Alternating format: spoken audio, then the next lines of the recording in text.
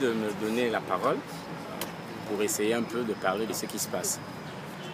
Nous sommes vraiment scandalisés et meurtris par ce qui se passe ici à Sainte-Marie.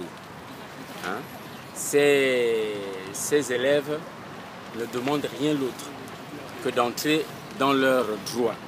Parce que là, sur cette place de Sainte-Marie, vous avez les femmes, les déflatés de la CNSS, vous avez les étudiants de l'ENIF et de l'ENIL, et vous avez le gros lot, et c'est le cas le plus dramatique, parce que ces derniers observent une grève de la faim sérieuse, jusqu'à satisfaction de leurs revendications.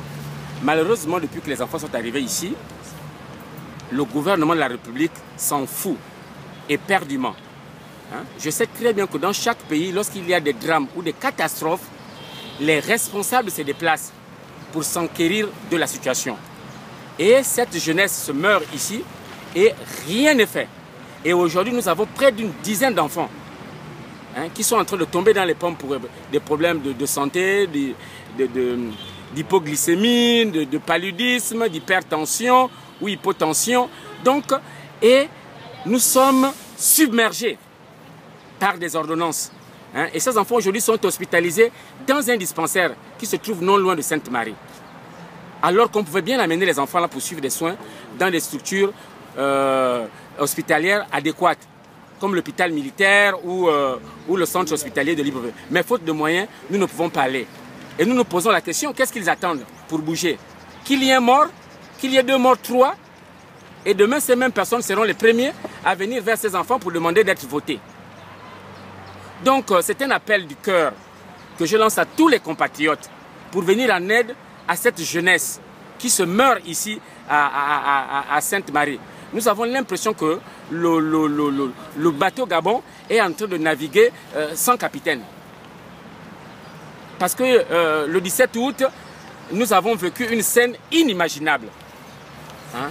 Pendant que les enfants sont en train de mourir ici, ils sont en train de défiler, ils sont en train de faire les feux d'artifice, de manger et de boire. Aucune autorité ne se déplace, y compris ce ministre de l'enseignement supérieur, qui depuis le début de la crise ne fait rien pour rechercher les solutions. Il n'a organisé aucune réunion, aucune rencontre avec les étudiants, avec les parents d'élèves. Et nous disons que lorsque les étudiants ont des problèmes, lorsque les élèves ont des problèmes, ce n'est pas aux étudiants de revendiquer tout seul. Il revient aux adultes, il revient aux parents d'élèves d'aller demander les comptes aux autorités académiques et autres. Où sont les hommes politiques? Où sont les hommes politiques? De l'opposition comme de la majorité. Nous avons comme l'impression que ceux de l'opposition ne veulent pas du pouvoir et ceux du pouvoir ne veulent pas conserver le pouvoir.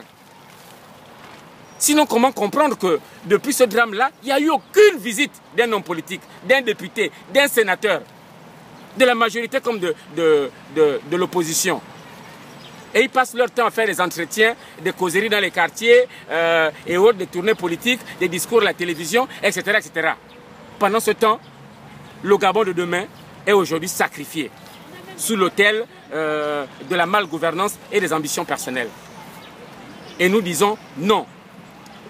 Et que nous allons continuer à mener ce combat. Parce que pour nous, celui qui combat peut perdre, mais celui qui ne combat pas a déjà perdu. Donc, nous demandons encore aux uns et aux autres, à la communauté des défenseurs des droits de l'homme, de se mobiliser pour ces enfants, pour que leur cause soit entendue. Parce que la bourse est un droit.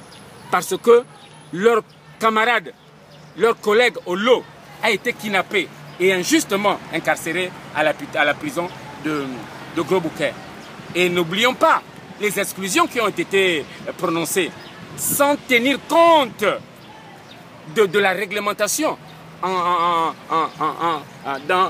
l'organisation de conseil de discipline. Parce que ça n'a pas été un conseil de discipline. Ça a été un tribunal à charge contre ces étudiants qu'on a exclus. Et la petite histoire nous apprend que souvent, ces étudiants qu'ils